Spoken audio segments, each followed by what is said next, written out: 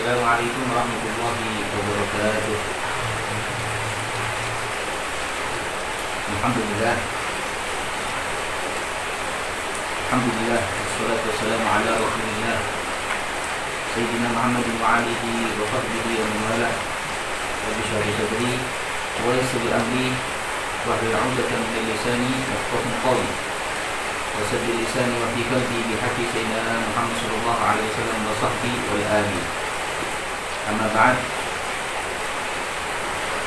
Segala puji syukur dihadikan kepada Allah Subhanahu wa taala, di mana Allah Subhanahu wa taala masih memberikan kepada kita nikmat iman, nikmat Islam, nikmat sehat wal afiyah. Semoga nikmat ini terus Allah berikan kepada kita sampai kita menuju gerbang kematian dalam keadaan husnul khatimah. Amin amin ya rabbal alamin. Salat dan salam kita panjatkan kepada baginda Nabi Muhammad sallallahu alaihi wa alihi. Semoga dengan salat ini Allah Subhanahu wa taala menyampaikan salawat dan salam kita kepada Rasulullah, dan salawat itu pula dengan berkahnya semoga kita mendekatkan kepada baginda Nabi Muhammad sallallahu alaihi wasallam, agar dosa-dosa kita diampuni oleh Allah Subhanahu wa taala.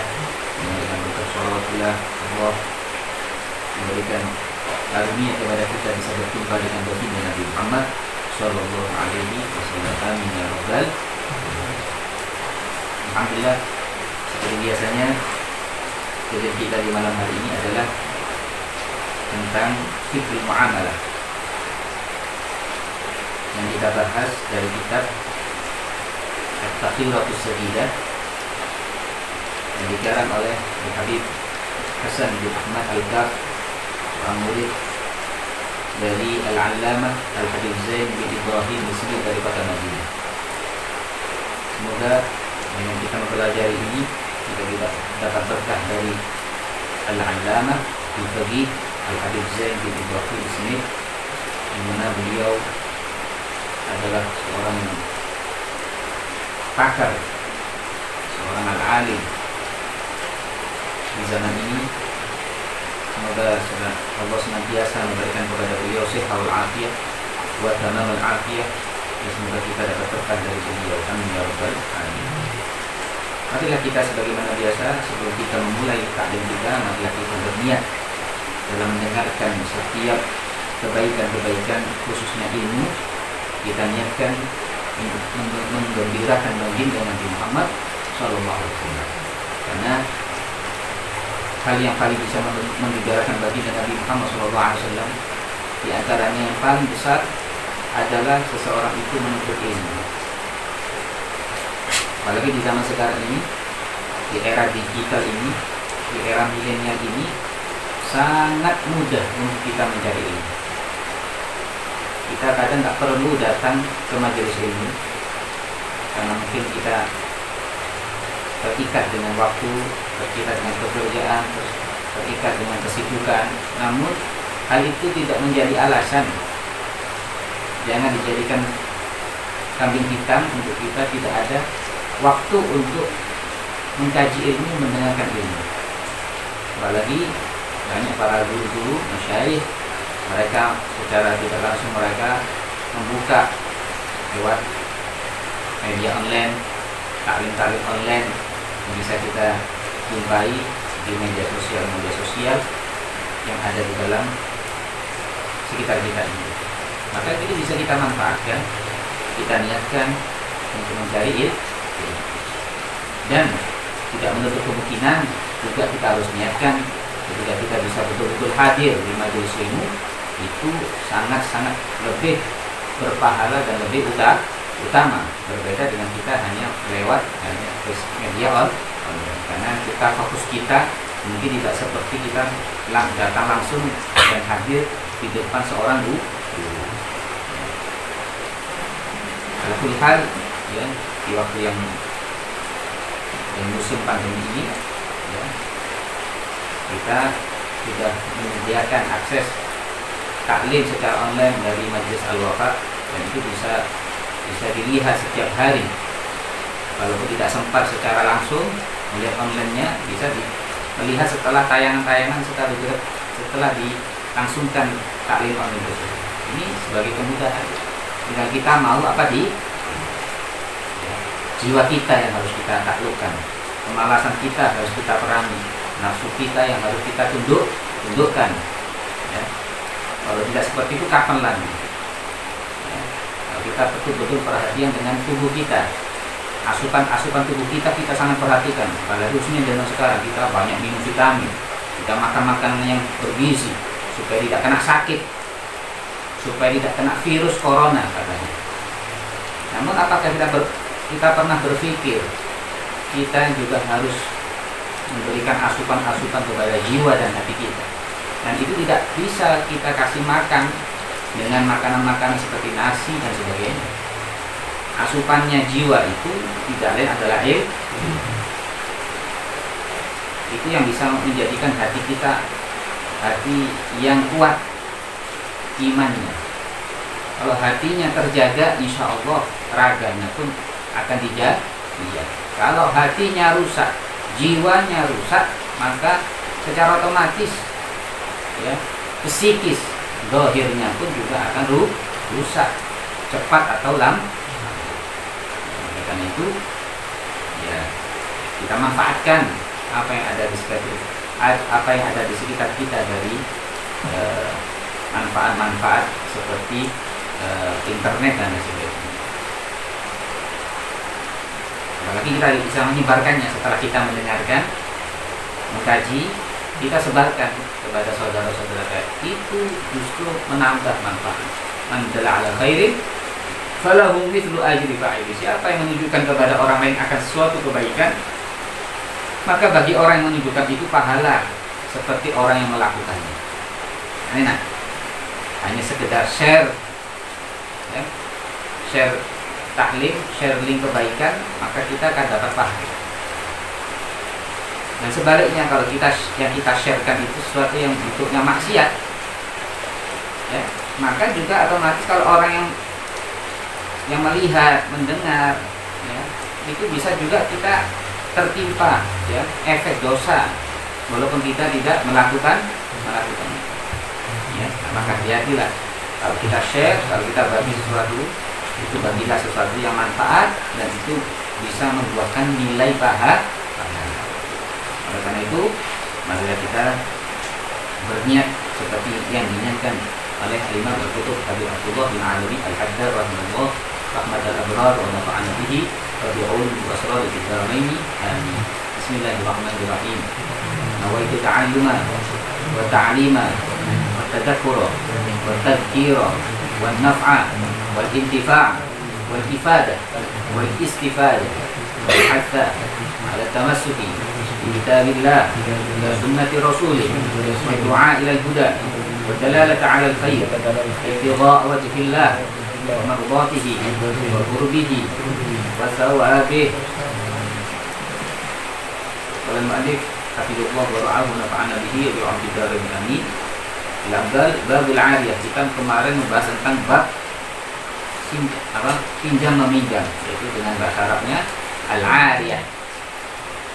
Secara definisi sudah kita bahas, yaitu secara syar'i ibahatul intifa', kebolehan atau bolehnya mengambil manfaat, bolehnya seseorang mengambil manfaat bima yahillu al-intifa'u bihi, dengan sesuatu yang boleh dijadikan atau diambil manfaatnya, ma'a baqa'i 'ainihi, disertai dengan benda yang dipinjam tadi tetap tidak berkurang, bisiratin, dengan adanya sirat atau transaksi.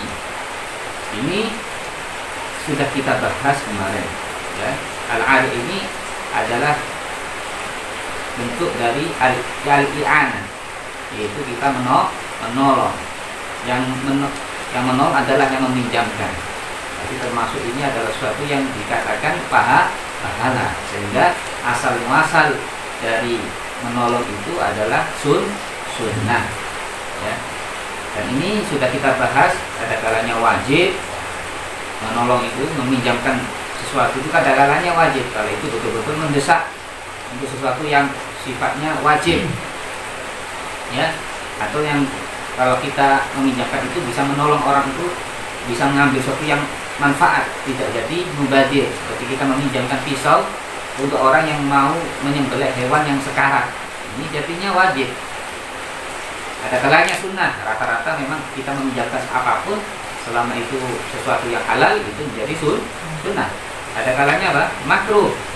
Kalau kita pinjamkan itu, ya, yang ada indikasi untuk dihinakan, ya, ada indikasi untuk dihinakan, itu bisa jadi makruh. Ada kalanya mubah, boleh. Di situ tidak ada nilai pahala, juga tidak ada nilai dosa, ya. Jadi kita meminjamkan sesuatu kepada orang yang nggak butuh, ya. Tiba-tiba saya ngasih pinjaman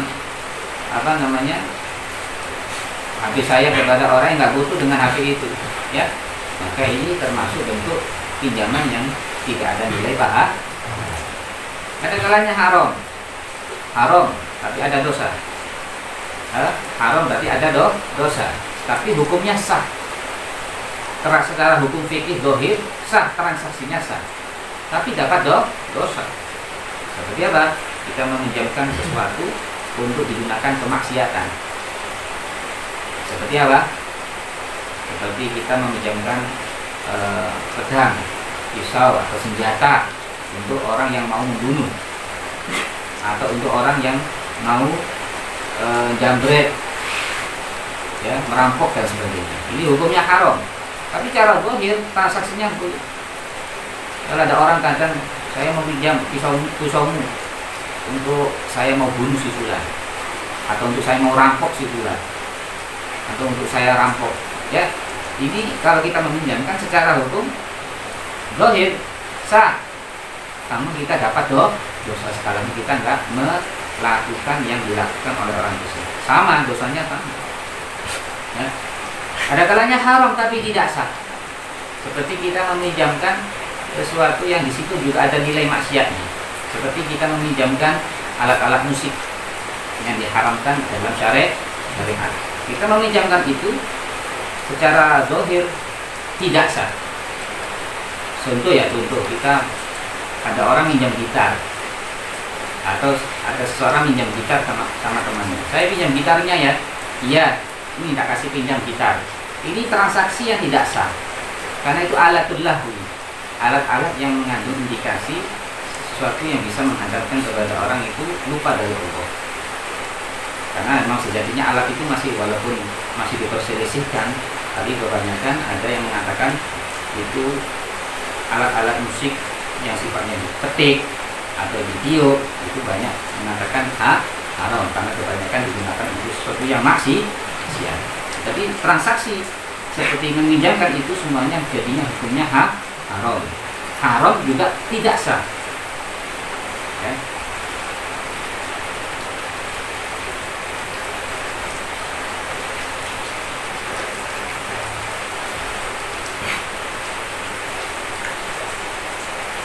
Maka kita harus perhatikan di sini syarat-syarat barang yang dipinjamkan. Untuk kita lebih memahami lagi, maka kita harus tahu, ya, indikasi-indikasi barang-barang apa yang dikatakan boleh untuk dipinjamkan. Maka di sini yang pertama, syaratnya an yakuna intifa'u bihi walau ma'alan ma'a baqa'i ainihi. Memungkinkan untuk diambil manfaat sekalipun di masa yang akan datang, tidak secara langsung. Disertai dengan benda itu tetap tidak ada yang cacat atau berkurang, ya.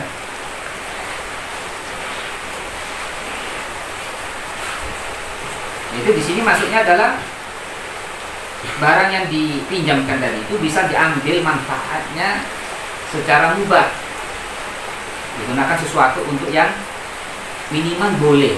Dalam syarat itu hukumnya boleh diambil manfaat, bukan untuk sesuatu yang diharamkan, ya.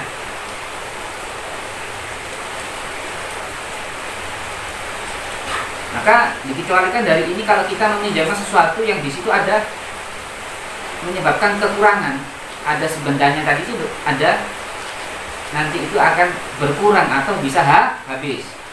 Seperti apa? Kita minjamkan sabun. Jadi ada orang bilang sama temannya, saya pinjam sabunnya ya. Maka akad pinjam meminjam ini tidak sah. Karena namanya meminjam itu nggak boleh ada yang habis atau berkurang bendanya. Jadi kalau sabun kalau dipakai kan ada yang berkurang.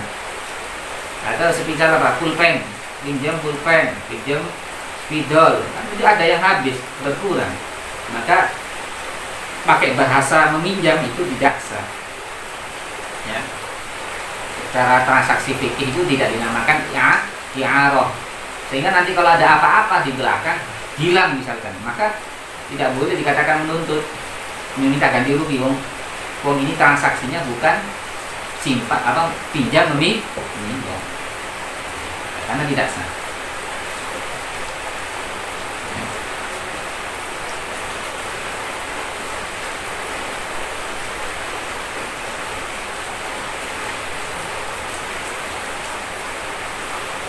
Kami pinjam mobil, bendanya kan nggak berkurang. Saya pinjam ya, pinjam apa? Mobil.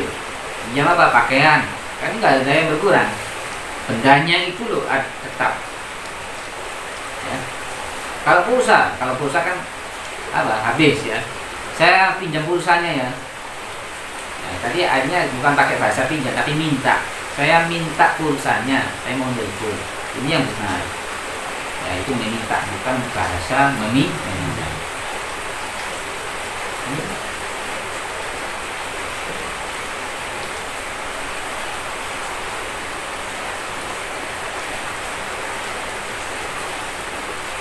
Wala budda an takuna al manafi' atharon, dan harus manfaat-manfaat tersebut bersifat athar, bekas, ada sesuatu yang terbekas, membekas. Apa sih kita mengambil, saya minjam ini apa sih yang bisa saya manfaatkan, bekasnya apa, jejaknya apa.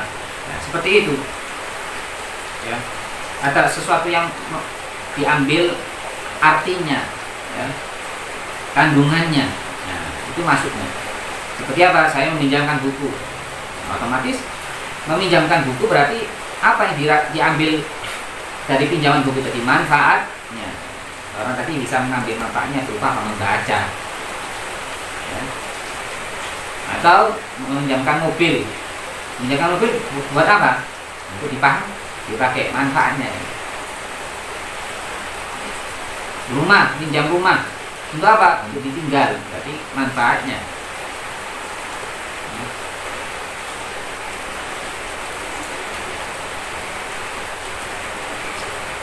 Jadi harus berupa sesuatu yang tidak terlihat, bukan berupa benda nyata.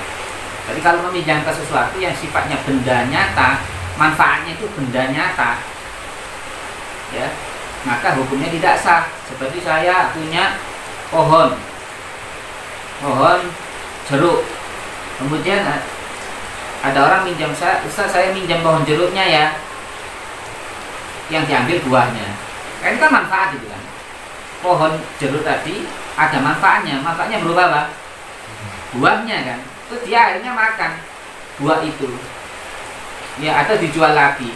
Tapi akadnya sama saya pakai akad pinjam meminjam. Ini hukumnya tidak sah karena manfaatnya berupa sesuatu yang nyata atau berupa benda. Ini tidak sah. Paham ya? Atau saya minjam sapinya. Untuk apa? Diambil susunya. Ya, ini nggak boleh, tidak sah akad pinjam seperti itu. Nah, terus gimana Ustaz? Saya misalkan, saya kan ini saudara saya, dan saudara saya ini ya ingin bantu saya. Mungkin saya ini orang nggak punya atau gimana. Terus gimana supaya dikatakan pinjam meminjamnya boleh? Ya, gampang saja, tinggal diakati seperti ini. Misalkan saya punya pohon jeruk. Saya pinjamkan kepadamu pohon jeruk saya dan saya halalkan untuk kamu buahnya. Loh, kan gitu, enak. Sehingga dia memanfaatkan pohonnya terserah juga, dan nanti hasilnya dari buah itu dia boleh mengambil manfaatnya. Mau dimakan silakan, mau dijual juga silakan. Saya halalkan, saya bolehkan buahnya buat kamu. Jadi kan halal. Jelas ya? Kamu meminjamkan apa? Kambing atau sapi. Ini saya pinjamkan kepadamu sapi ini atau kambing ini, dan saya halalkan susunya. Jadi apa? Dia bukan hanya sekedar boleh memanfaatkan apa? Sapi atau kambing tersebut, tapi hasilnya atau manfaatnya dari itu seperti susunya boleh kita minum.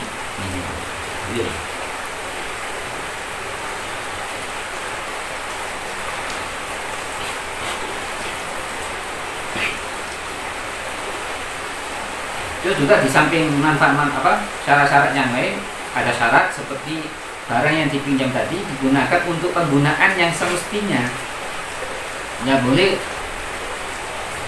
untuk yang lainnya. Kalau mobil saya pinjam, seseorang meminjam mobil untuk apa? Mesti dipakai. Ya, saya pinjam mobilnya untuk saya rusak, itu kan nggak semestinya. Paham nggak? Untuk apa? Saya modifikasi. Kalau nggak dapat izin seperti itu, nggak ada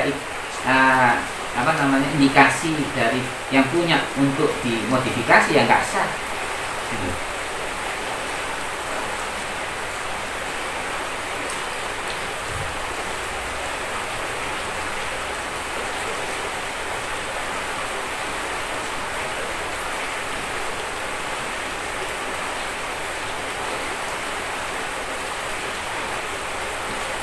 Kemudian ada syarat untuk orang yang meminjam, yaitu adalah an yasihat tabarru'u. Orang tersebut, orang yang meminjamkan itu termasuk orang yang dikatakan sah melakukan transaksi.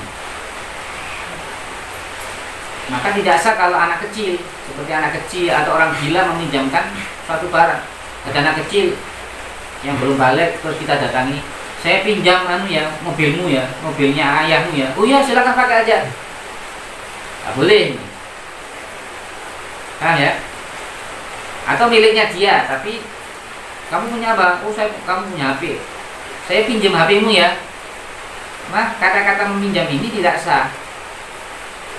Karena dia laisa ahlan litabarru, bukan orang yang dikatakan sah untuk melakukan transaksi. Yang masih kecil.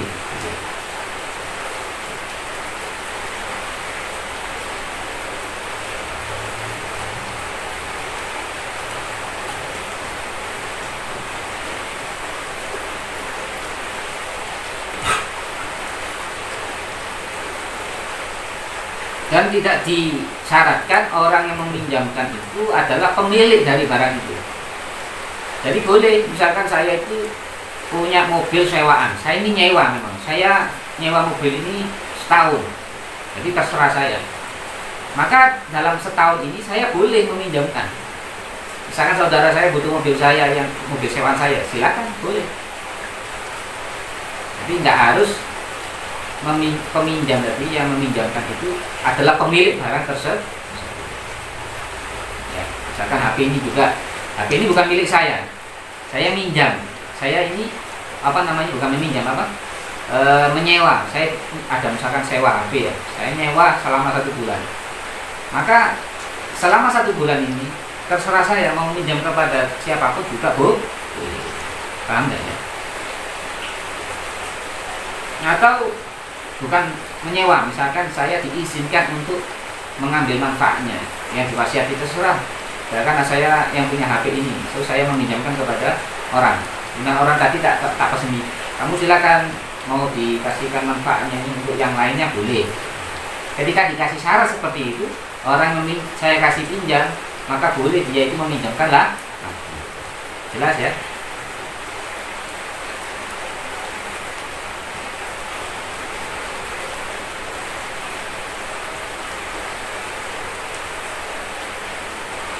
Sekarang hukum dari transaksi ariyah itu, maksudnya apa? Ini transaksinya itu apakah memang dikuasai atau dimiliki oleh satu pihak saja, sehingga pihak lain nggak boleh untuk menentukan atau dia itu kembali dari akad transaksinya. Maka di sini dikatakan akad ariyah itu berada pada kedua belah pihak, sehingga bagi orang yang meminjam atau yang meminjamkan itu boleh kembali dari akadnya sekehendaknya. Misalkan saya meminjamkan ini, kamu tak kasih pinjam HP ini seminggu. Oh iya Ustaz, saya makasih, saya butuh, saya pinjam ya. Iya. Gak sampai seminggu terus saya bilang, maaf saya ada butuh, saya minta kembali ya, barangnya saya minta kembali. Ini hukumnya boleh, karena jaizun min tarfain. Nah, beda dengan istijar, beda dengan menyewa. Kalau menyewa, saya menyewa HP ini 1 bulan, maka sebelum 1 bulan nggak boleh orang menyewakan itu, maaf ya, saya butuh HP-nya, saya tarik lagi, nggak bisa. Ya harus nunggu 1 bulan. Beda dengan ariyah. Paham gak ini?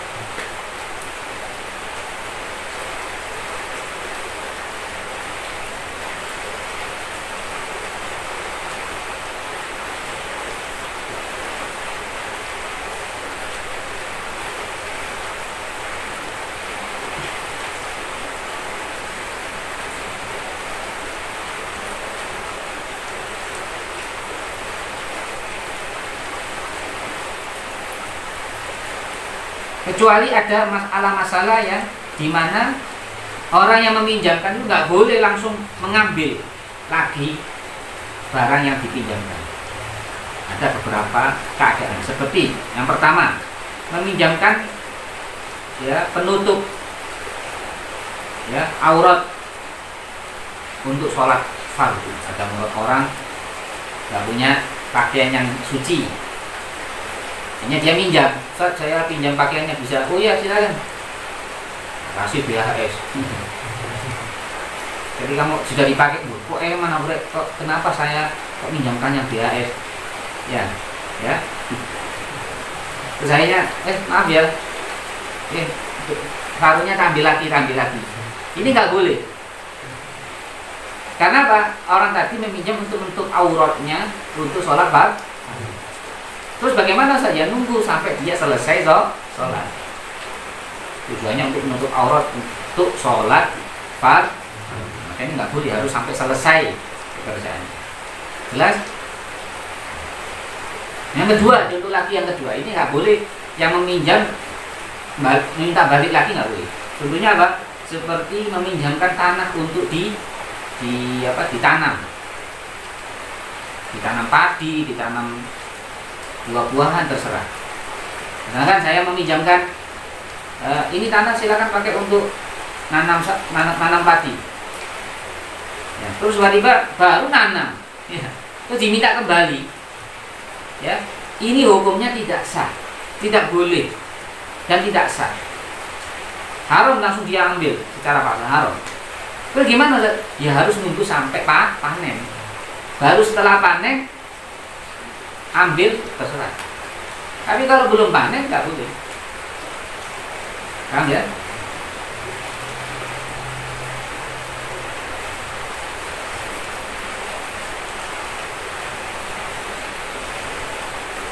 Terus kadung nanam ini dijaluk ya, karena mungkin kuah hasut atau iri, yang bilang minggalik, ini kadang-kadang muncul sifat seperti itu.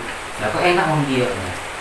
Mau bilang kadang rata-rata begitu kan gitu ya.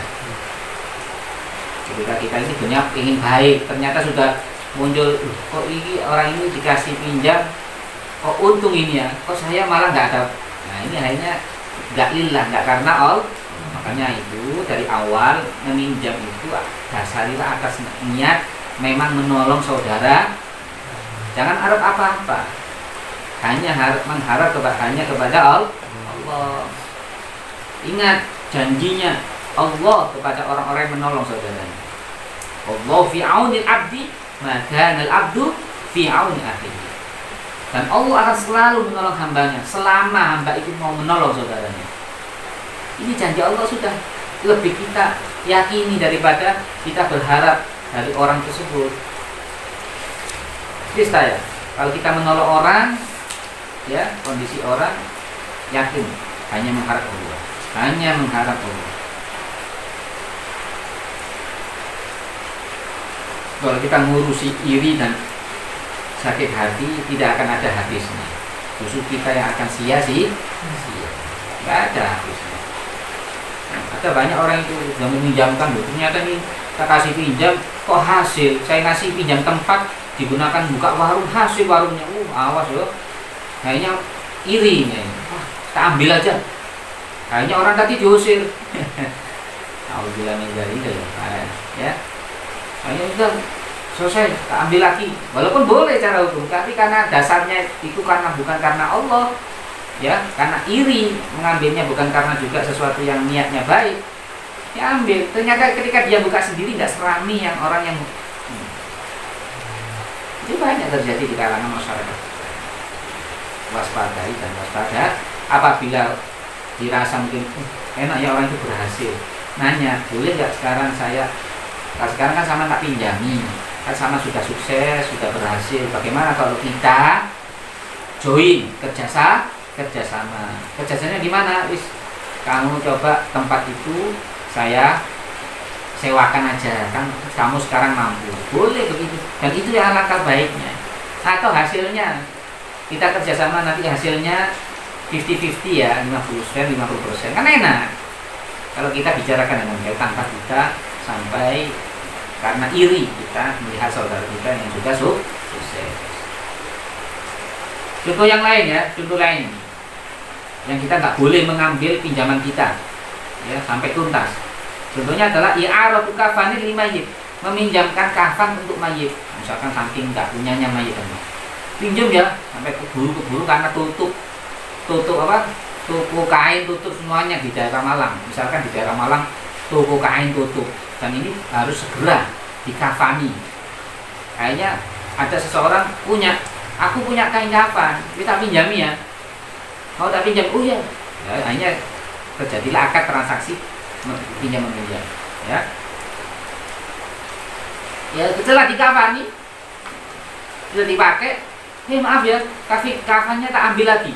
Saya nggak boleh. Tidak bu? Jelas ya?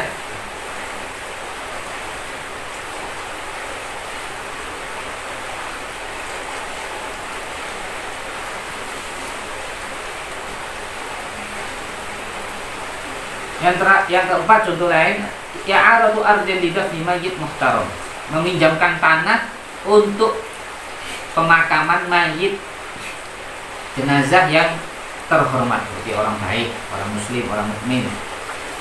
Muhtaram itu ya, jadi dia itu bukan kalangan orang non muslim ya. Maka ketika ada orang yang nggak punya tempat untuk dikebumikan, nggak ada tempat, maka boleh saya meminjamkan tanah untuk orang tersebut. Ketika sudah dikuburkan nggak boleh saya tarik lagi ya, bongkar itu jenazah, mayatnya nggak boleh. Sampai kapan ya? Sampai betul-betul jenazah tadi hancur. Sudah hancur, silakan ditarik lagi, boleh ditarik lagi. Nah ya, kan nanti ada ini namanya menghina mayit, kan kita harus walaqad karramna bani Adam. Ya sungguh kami telah memuliakan namanya manusia. Nah, atas dasar ini nggak boleh seseorang untuk menistakan ya dari seorang manusia walaupun dia sudah mati. Contoh lain, meminjamkan perahu untuk memindahkan barang yang itu terjaga, barang yang terjaga ya itu saya meminjamkan kapal saya ya, belum nyampe ke tempat yang dituju, saya minta kembali itu tadi. Hukumnya tidak boleh, haram.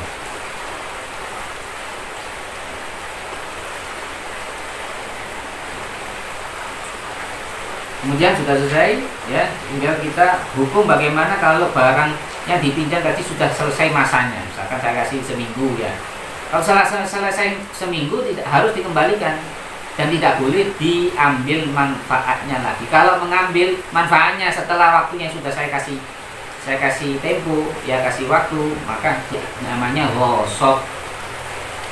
Ghosab tapi dosa. Misalkan saya kasih pinjam kitab ini seminggu, setelah seminggu belum dikembalikan, terus dibaca lagi, maka saya membaca kitab itu setelah seminggu hukumnya dosa. Paham nggak ini? Kan ada rental ya, rental ini. Nah.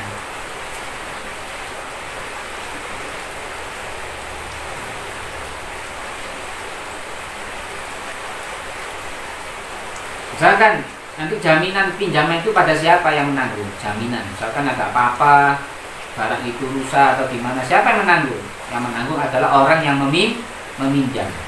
Sehingga sengaja atau tidak sengaja, selama itu dipakai bukan pada semestinya, ya, bukan pada semestinya, wajib diganti. Paham ya? Barang tadi dipakai bukan pada semestinya. Ya, mestinya apa? Barang ini kan dibaca, kok dilempar-lempar, ya, kan nggak semestinya. Sengaja atau nggak sengaja jatuhnya, ya, rusaknya, maka hukumnya nanti wajib yang meminjam mengganti. Ya.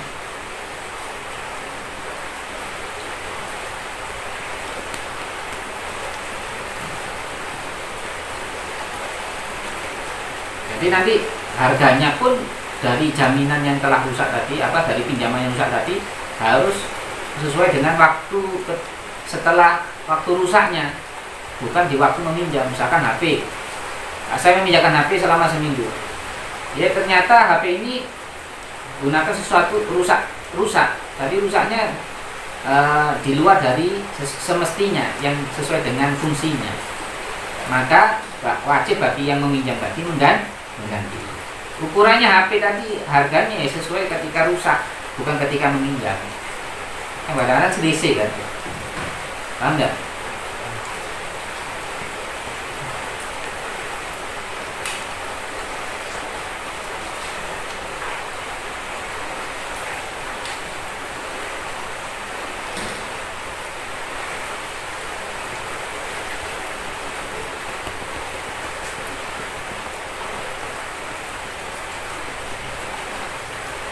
Terus ada permasalahan di sini.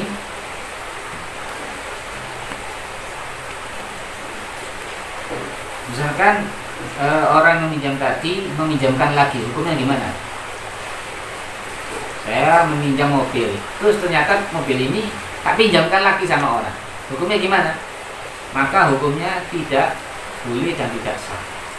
Sehingga harus ada persetujuan dari orang yang memiliki barang tersebut, ya. Dan hukumnya dosa kalau meminjamkan lagi, harus izin dulu.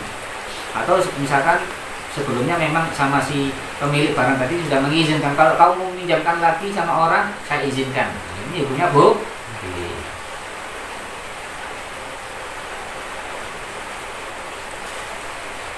Wallahu a'lam bishawab. Banyak manfaat dan barokah. Kita selalu berdoa Allah dimudahkan urusan kita, dimudahkan hidup kita, dijauhkan dari segala musibah dan bala, yang sakit di antara kita. Allah berikan kesembuhan, sehat walafiat saudara-saudara kita, kaum muslim muslimat di mana saja mereka berada yang terkena sakit atau virus corona, dan kawan-kawan mereka Allah diberikan sehat walafiat. Ya, ini yang boleh mengalami Ramadana, melalui din, melalui melalui syekhina, syekhina alimnya, bersama kaum muslim muslimat, melalui din syekhina alimnya. العافية وتمام العافية وسلم وإيه فقط البلية والمسيد الدنيا من يوم وإيه وإيه بسمراء سمحل إيه وإيه تعليم وإيه ولا تلم ذلك ويفرق ما يشد قلوبنا على دين من محمد سيدنا رسول الله الفاتحة